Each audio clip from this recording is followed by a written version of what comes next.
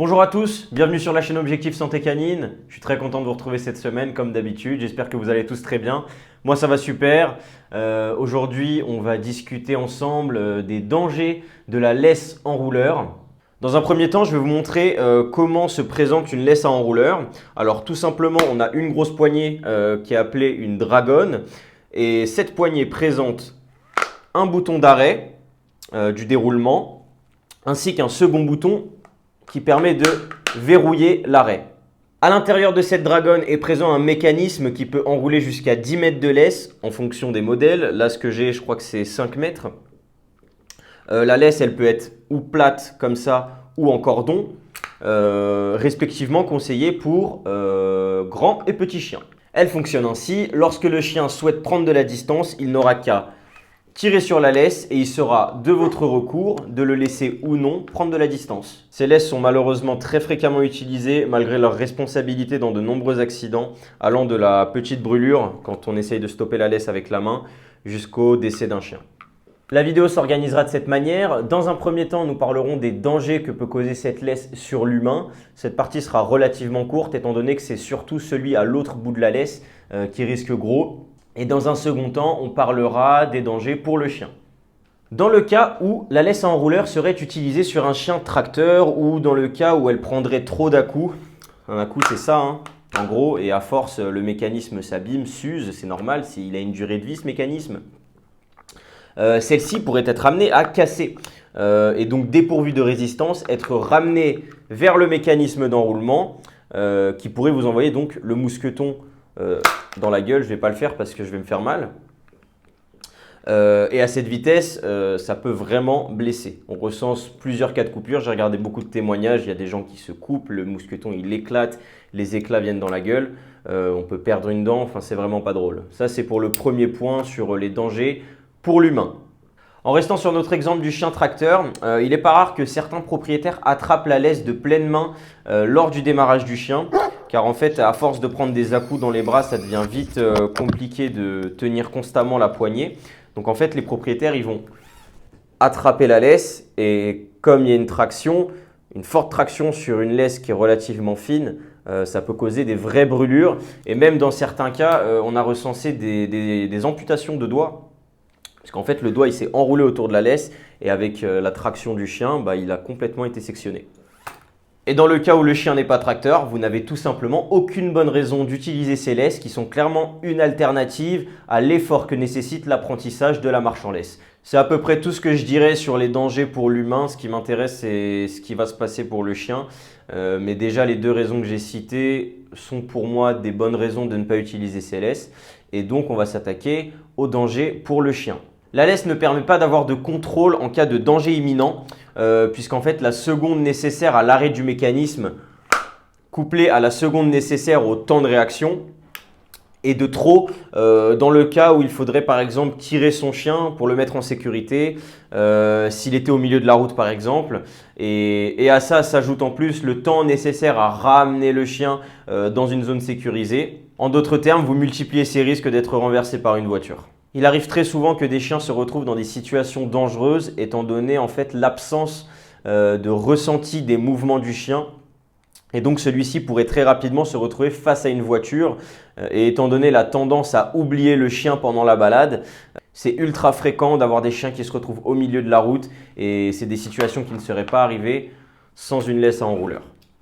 Puisqu'avec une laisse classique, on ressent réellement le chien, on ressent ses mouvements, on est lié à lui.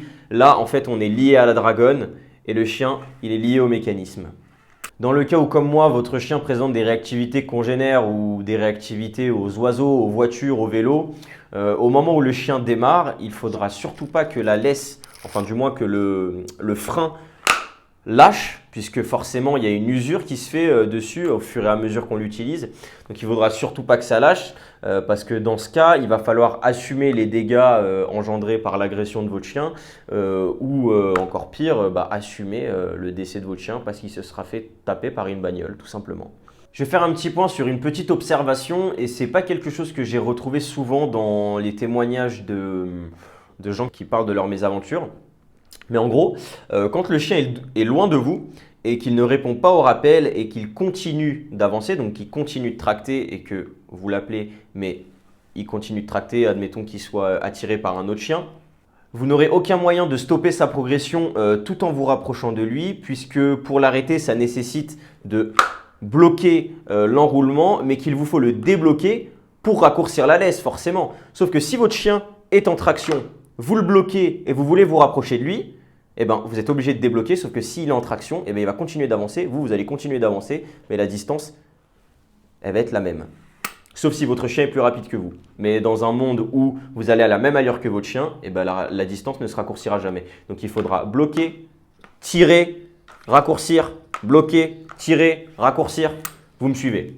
Et ce, jusqu'à avoir votre chien près de vous. Et vous aurez compris que dans ce laps de temps, tout peut arriver. Si le chien était au milieu de la route, malheureusement, ça fait un petit peu long de devoir bloquer, tirer, raccourcir, bloquer, tirer, raccourcir. Dans ce laps de temps, tout peut arriver. Il faudra également être très vigilant à ne jamais lâcher la laisse parce que le chien, en fait, il pourrait facilement prendre peur puisque la poignée va tomber bruyamment puis le poursuivre. Ce qui pourrait déclencher une course-poursuite entre les deux qui pourrait s'avérer très dangereuse dans le cas où la route n'est pas loin. Je ne vous fais pas un dessin, le chien va sur la route, il se fait taper par une voiture et ben, on n'aura plus que les yeux pour pleurer. Donc, pas le droit à l'erreur avec ce genre de laisse. Vous ne la faites pas tomber, vous la gardez bien en main si vous persistez à l'utiliser. Parce que si vous la lâchez, ça tombe et ce que je vous ai expliqué avant pourrait arriver. J'ajouterai également que cette laisse n'a absolument aucune fonction éducative puisque le chien associe la traction à un gain de distance. Par conséquent, vous renforcerez ce comportement et le travail à faire sera décuplé le jour où vous voudrez passer à une laisse normale. Avec cet outil, le chien n'a également aucun cadre puisque vous ne lui apprendrez ni la marche au pied dite polie, ni la marche décontractée que moi j'appelle sensorielle, où le chien peut renifler, pister, analyser. En d'autres termes, que ce soit en centre-ville ou en forêt, votre chien adoptera le même comportement mais sera restreint sans réellement savoir pourquoi. Je sais qu'il y a des avantages à la laisse à enrouleur et que ça permet une certaine praticité comme le fait qu'elle ne traîne pas par terre et donc ne se salit pas, contrairement à une longe, et également qu'elle offre la possibilité d'avoir une main libre. Mais selon moi, le confort de l'humain n'entre pas en compte dans le calcul du choix des bons outils à choisir pour son chien. Je préfère largement la longe qui m'offre la meilleure sécurité, le meilleur contrôle et le meilleur ressenti de mon chien, de ses mouvements. C'est un moyen de communication dont on ne doit surtout pas se passer.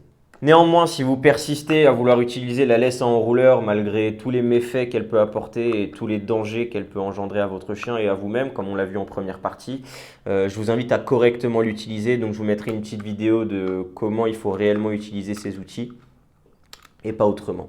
C'est tout pour cette vidéo, je pense qu'elle n'est pas beaucoup plus longue que celle de la semaine dernière, mais ça me plaît bien aussi de faire des formats un petit peu plus courts sur des sujets un peu plus décontractés, on va dire. Comme d'habitude, c'était un plaisir pour moi de tourner cette vidéo, j'ai bien aimé travailler ce sujet, ça m'a permis de me relancer dedans, j'ai dû acheter ce truc-là, 30 € en plus, pour vraiment me remettre dans le bain et réessayer et refaire mon avis. J'avais mes arguments et tous mes arguments ont été confirmés et maintenant j'en ai même de nouveaux pour mieux la déconseiller. Moi, je vous dis à la semaine prochaine pour une prochaine vidéo si le temps et l'énergie me le permettent. Merci beaucoup de m'avoir suivi. C'était Objectif Santé Canine. Bonne journée à tous, bonne soirée à tous. Prenez soin de vous et prenez soin de vos chiens et utilisez les bons outils, à savoir pas la laisse à enrouleur.